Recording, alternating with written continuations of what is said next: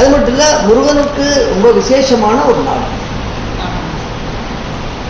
அந்த முருகனுக்கு உண்டான இலக்கணங்கள்ல வந்து நம்ம தமிழர்கள் எப்படி அதை வந்து பண்ணியிருக்காங்க அப்படின்னா, முருகனுக்கு வந்து 6 படை வீட்டையும் ஒரு 6 யோகஸ்தானங்களா சொல்றாங்க.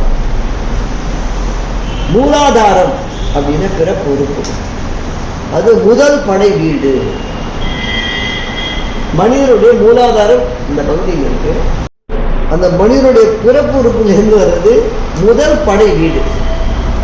அந்த முதல் படை வீடு திருப்பரங்குன்றம். பரங்குன்றம் அதாவது சிவபெருமானுடைய குன்றத்தில் முருகப்பெருமான் இருக்கார். அது மட்டும் இல்லை, முருகப்பெருமான் அங்கே வந்து தெய்வ யானையை கல்யாணம் பண்ணிய இடம் அது.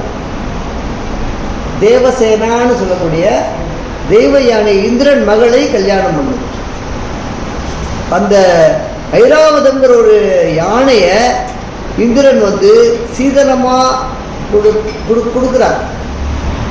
யாருக்கு? முருகப்பெருமானுக்கு.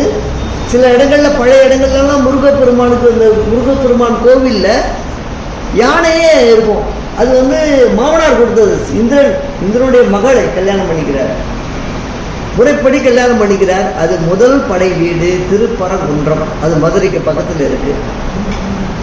அதுக்கு பேரு மூலாதாரம். அந்த ஸ்தானத்துக்கு என்ன பேரு? முதல் படை வீடுங்கிறது மூலாதாரம். அது மனிதனுடைய பிறப்பு. 2ஆம் படை வீடு திருச்சீர் அலைவாய்ன்னு சொல்லக்கூடிய சுவாதிஷ்டானம். அதாவது பிறப்புறுப்புக்கும் கொப்புள் அல்ல, கொப்புள். அது திருச்சீர் அலைவாய். திருச்செந்தூர், திருச்சீர் அலைவாய். திருச்செந்தூருடைய பழைய பேர் என்ன? திருச்சீர் அலைவாய். 2ஆம் படை வீடு. அங்கே போர் புரிந்த தலம். அது சூரபத்மனை அவனோடு போரிட்டு அவனை மயிலாகவும் சேவலாகவும் அவனை வந்து கருணை புரிந்த தலம். அது மரக்கருணைன்னு சொல்லுவாங்க. அது முருகப்பெருமான் வந்து அந்த மாதிரி பண்ணார். 2ஆம் படை வீடு அது சுவாதிஷ்டானம். 2ஆம் படை வீடு திருச்செந்தூர் என்கிற திருச்சீர் அலைவாய். பழைய பேர் வந்து திருச்சீர் அலைவாய். 3ஆம் படை வீடு தான் கொப்புள். தொப்புள் அல்ல, கொப்புள். அதுக்கு பேர் மணிப்பூரகம். மேலே இருக்கக்கூடிய கோவில் அல்ல, பழனின்னு சொல்லக்கூடிய திரு ஆவினன்குடி. திருனா மகாலட்சுமி, ஆனனா காமதேனு, இனன்னா சூரியன். மூன்று தெய்வங்களும் முருகனும் வழிபட்ட திருத்தலம் எது? திரு ஆவினன்குடி என்று சொல்லக்கூடிய கீழே இருக்கக்கூடிய மலையடி வார்த்திருக்கக்கூடியவர் தான், அவர் தான். அந்த இது வந்து திரு ஆவினன்குடி 3ஆம் படை வீடு. அதுக்கு மணிப்பூரகம். யோகஸ்தானத்தில் மணிப்பூரகம். கொப்பு, மனிதனுடைய உடம்புல கொப்பு இந்த பக்கம் சொல்லுவாங்க. நடு தொப்புள் சொல்றது கொப்பு. அது வந்து மணிப்பூரகம். பழனி 3ஆம் படை வீடு. 4ஆம் படை வீடு அநாகதம் சொல்லக்கூடிய மார்பு பகுதி. அது என்னன்னா திருவேரகம். மனம் என்னும் கடல் நிலத்தை ஆழ உழுகின்றார், ஏர் கொண்டு உழுகிறார். அதுக்கு என்ன பேரு? சுவாமி மலை, திருவேரகம். இது 4ஆம் படை வீடு. அதுக்கு அநாகதம். 5ஆம் படை வீடு விசுத்தி, கழுத்து. அது வந்து திருத்தணி. ஹாப்பியா இருக்கார் சாமி. வள்ளியை அந்த இடத்துல கல்யாணம் பண்ணிக்கிறாரு. அங்கே வந்து அங்கே வந்து இது கிடையாது. அந்த ஊரில் வந்து எல்லா ஊர்லேயும் தமிழ்நாட்டில் எங்கே பார்த்தாலும் சூரசம்காரம் நடக்கும். அந்த ஊரில் மட்டும் சூரசம்காரம் நடக்காது. ஹாப்பியாக இருக்கார், ரொம்ப தனிந்து இருக்கார், ரொம்ப கூலிங் மூடில் இருக்கார். அதனால் 5ஆம் படை வீடு விசுத்தி, திருத்தணிகை. சென்னை பக்கத்தில் இருக்குது, காஞ்சிபுரம் பக்கத்தில் இருக்குது. திருத்தணிகை என்ன தமிழ்நாட்டினுடைய எல்லை ஓரமாக இருக்கார். 6வது படை வீடு விசுத்தி ஆக்ஞை. 6வது படை வீடுன்னா ஆக்ஞை. இந்த ஆக்ஞை வந்து புருவ மத்தி. அது எங்க இருக்காரு? பழமுதிர்ச்சோலை. அதாவது ஒரு விசேஷம் பாருங்க, மூலாதாரமும் 6வது படை வீடான பழமுதிர்ச்சோலை ஆக்ஞைன்னு சொல்லக்கூடியது புருவ மத்தி. அந்த புருவ மத்தியும் வந்து மதுரை பக்கத்தில் இருக்கு. அது ஒரு பெரிய விசேஷம். பெருமாள் இருஞ்சோலைன்னு சொல்லக்கூடிய அழகர் கோயிலுக்கு மேலே அவர் பழமுதிர்ச்சோலையில் இருக்காரு. 6வது படை வீடா பழமுதிர்ச்சோலையில் இருக்காரு. அவ்வை பிராட்டிக்கு சுட்டப்பட வேண்டுமா சுடாரப்பட வேண்டுமான்னு ஞானத்தை காண்பித்து கொடுத்த ஒரு தலம் அது.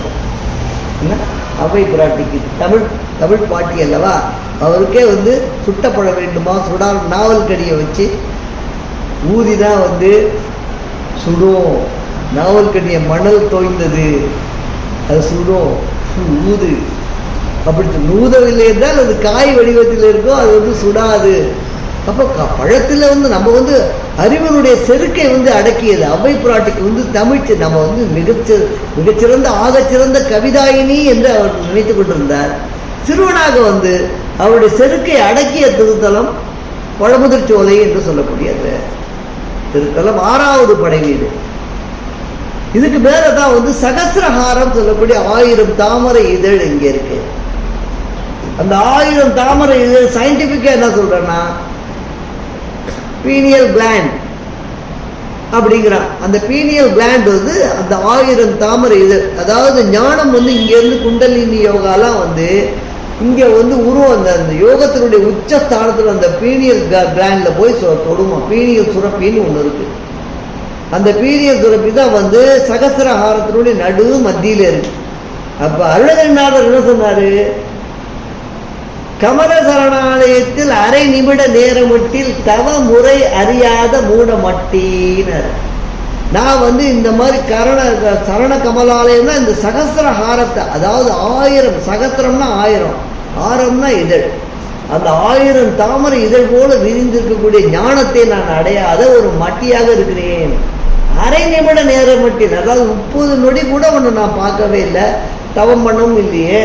எனக்கு இவ்வளவு பெரிய ஒரு முருகப்பெருமானே, இவ்வளவு பெரிய ஒரு பதவி, இவ்வளவு பெரிய ஒரு கவிஞனாக்குனியே, இவ்வளவு பெரிய எனக்கு ஒரு கொடுப்பினையை தந்தாயே என்று கருணகிரிநாள் பாடல். கமல சரணாலயத்தில் அரை நிமிட நேரமட்டில் தவ முறை அறியாத மூட மட்டி நான்கிறார். சகட மூட மட்டிங்கிறாரு.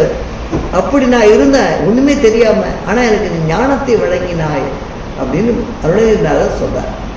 நினைத்து பார்ப்பது முருகனுடைய பெருமை மிகச் சிறப்பானது, ஒரு அருமையானது, யோகஸ்தானங்களோடு சேர்ந்தது.